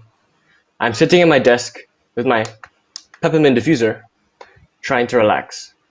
But the stress of countless upcoming tests, friendship problems, and university applications can oftentimes feel so overwhelming. It's like a dark, bottomless pit that I can't escape from, and I want to reach out for help. But what would my parents think? What would my friends think? This stigma has prevented me and many others from reaching out for help, which can lead to severe consequences. Youths are facing a serious mental health crisis. In fact, 1 in 8 college students experience mental health issues. 60.5% of students experience loneliness, and suicide is the leading cause of death for people aged 10 to 29. So, I thought to myself, there must be a way to seek help without the pressure of the stigma. This is where Psyche.ai comes into play, an easy-to-access chatbot as the first contact point for mental health care. A place where you can talk about what you're going through and participate in cognitive behavioral therapy, all without judgment. We hope that through having a stigma-free chatbot that can highlight to users the benefits of mental health care, it helps to break the stigma and for more people to reach out for help. We also understand that face-to-face interaction with a professional is sometimes needed, but many don't know where to look. So Psyche.ai also acts as a frictionless gateway for users to find clinicians or counselors within their area. We know that there will always be students sitting in their rooms trying to cope with stress, but through Psyche.ai, they won't have to be alone. And just like my little diffuser, Psyche.ai can be a light that can eventually lead to a brighter day. So here's how it works. Firstly, before actually chatting, there is a privacy waiver for the user to agree to. Then, Kara, our chatbot, will greet the user asking how they are feeling. As the conversation continues, Kara will guide the user to identify negative patterns of thinking, and Kara will also try to detect the type of problems the user is facing and provide personalized responses targeting those specific areas. However, we would like to make it clear that we are not diagnosing mental illnesses, as it would take a few years to get through the regulatory red tape, and there can be high risks of misdiagnosis, which can be disastrous. Finally, the bot will offer to the user the opportunity to directly connect with a specialized counselor from one of our partnered mental health care providers. It is important to note that our AI system is built on a dynamic backend, and in this demo, we have deployed it on the Telegram platform for beta launch purposes. And now you might be thinking, how might a team of youth be experienced enough to launch such a platform? Who are we? Hi, so I'm Kaiser, I'm the CEO and CTO, and I've been doing startups since 2019. And so in my other startup, I've been building healthcare AI systems for assisted diagnosis and worked with clinical partners such as NUHS. And I've been exhibiting with NUHS in tech innovation as part of Switch 2020. So I'm quite experienced in, so I know how to launch a product from building it from an MVP towards a pilot, and I also understand the healthcare regulations, especially in regards to AI systems. So for example, I know that HIPAA applies to data privacy and not to automated diagnosis, and there's a whole another regulatory timeline for that. And as you may already know, my name is James, and I'm the co-founder of the Noea project, a youth initiative which has built a community of 7,000 in under 12 months. It has involved fundraising, social media management, and recently lobbying for sex ed reform in Malaysia. Our initiative is featured on media platforms such as World of Buzz, Says, and other platforms with over 2 million combined followers. Right. So what is our value proposition? Well, for youth, we provide value by encouraging them to seek help and increase their sense of self-confidence. We also provide more aid for mental health care and provide personalized therapy, which connects to them. We also introduce youth to professional therapists, which are able to cater to their needs. For our partnered healthcare institutions, we help them increase their outreach to youth and improve their brand visibility. We also link targeted youth groups to their specialized therapists. And because we are able to provide almost daily checkups, we are able to reduce the client dropout rates. Here's our business model. First of all, we have our freemium model targeted at app users, charging them for more extensive therapy sessions, such as 2 months to 3 months therapy sessions as it goes with CBT for cognitive behavioral therapy, as well as our referral fees from app to clinic pipeline. So here's our traction. In terms of product development, we've completed our specialized MVP for academic stress, and we've included behavioral therapy techniques as well as personalization. We've completed our iOS and Android demo AI, and we are ready for post-beta launch development. And in user acquisition, we have our YCM grant, which our Young Changemakers grant already approved. We have received our letter of award, and we are now partnered with the National Youth Council. We have completed a virtual beta launch where 77% of our users agreed to be contacted again for further updates, showing how enthusiastic they are about our product. And we are also in discussion with 2 mental health organizations in Singapore to further improve our system as well as to reach out to their users. So here's the results of some of our user testing. So in this group, 84% reported feeling the same or better, and the same 84% learned something new. The average time spent on the chatbot was about 6.2 minutes, and the longer time spent on the chatbot was 20 minutes, showing how engaged our users are when they are using our systems. Here's a timeline. So we understand the importance of building an MVP, so we've already done that. And now we're looking towards a pilot launch where we'll be creating a public arts exhibit to raise awareness about youth suicide, as well as to raise awareness about the benefits of our system. And we'll be focusing on building our user community. In Q2 and Q3 next year, we'll be focusing on releasing our application with healthcare institutions, as well as conduct regular performance monitoring. And this timeline is based on my own experience from my previous experience with working with clinical partners. So I know roughly it takes about 3 to 6 months to actually partner with one of these healthcare providers. So what if we get top 6? Well, this will increase our outreach to boost our social impact and add support to further scale our solution. being top 6 also adds validation to get more youth and healthcare organizations on board. So we are able to reach out to more youth and be able to improve our system to enhance it. Thank you for listening, and do let me know if you have any questions. Amazing. On the dot. Judges, over to you for questions for Team Psyche.ai. Hi, Hazel. Great presentation. And congrats for securing the YCM grant. May I just check, is the Telegram bot, right? Psyche.ai_bot. Is that your MVP?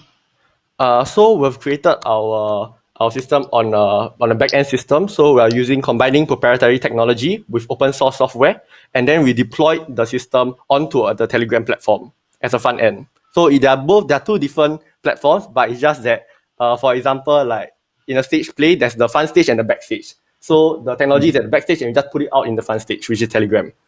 Yeah. Sure. And you mentioned the app. Is there an MVP link or something that you would like to share with us? Currently, we are still building up on the design because we are focusing on adding more features. So currently there's no MVP, but our Telegram link is up. It's Psyche.ai_bot. Yeah. Okay.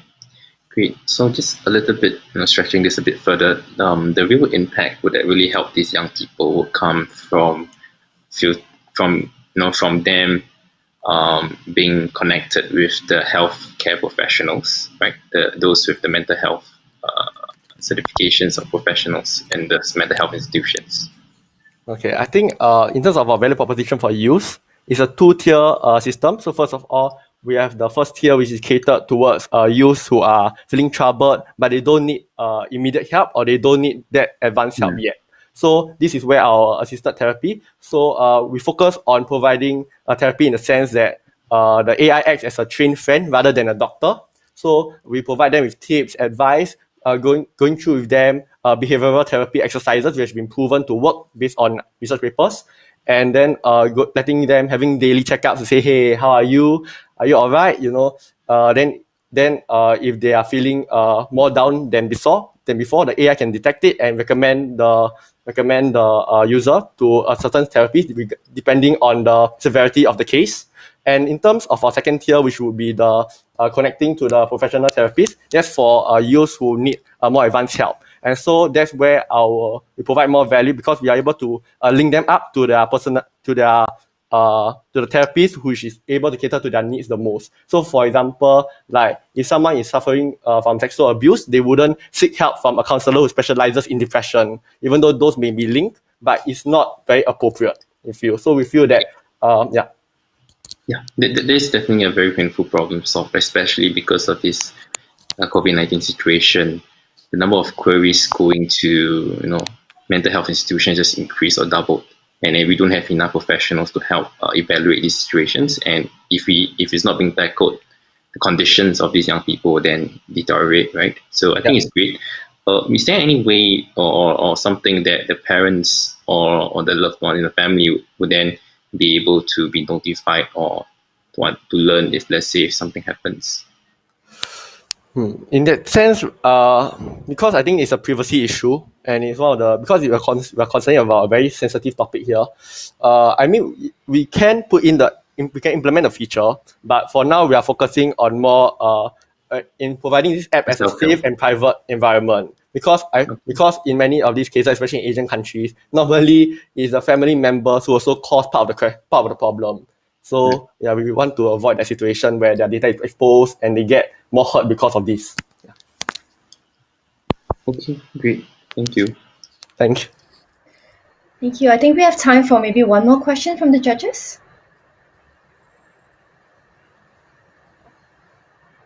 Or any feedback for the team.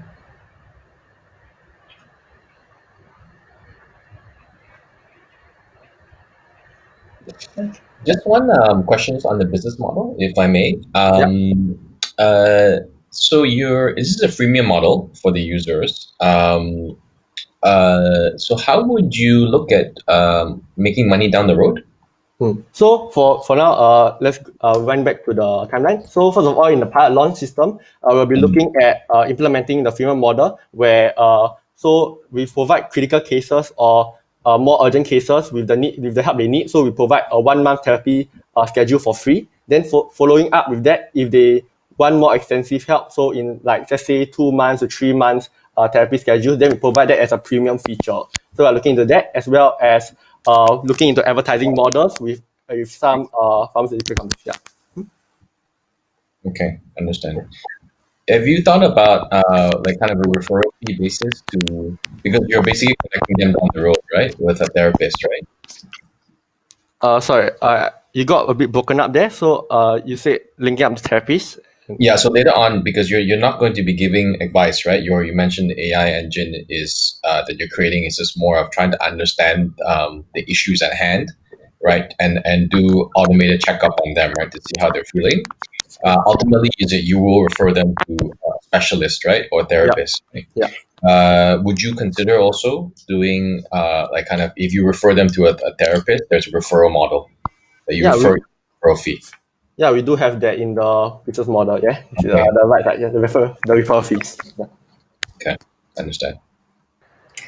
Okay, thank you very much to Team Psyche for presenting. And thank you so much again, judges. We've just finished listening to 8 really, really amazing pitches. Thank you so much for your questions, your feedback, and a really, really great job to all the teams who are pitching today. Well, now I hope that you guys all had fun listening to the pitches by all the different teams. While the judges are deliberating the final results, we'll actually be treated to a talk by Will Fun, who is the co-founder and CEO of New Campus. So please do leave the session, click on the sessions in the left side panel, and you can then go and click and join the next talk itself. We will actually have time for all of you to ask questions in there, so you definitely don't want to miss that out. So I'm going to take a pause from this session and this session, and I'll see you at the other side.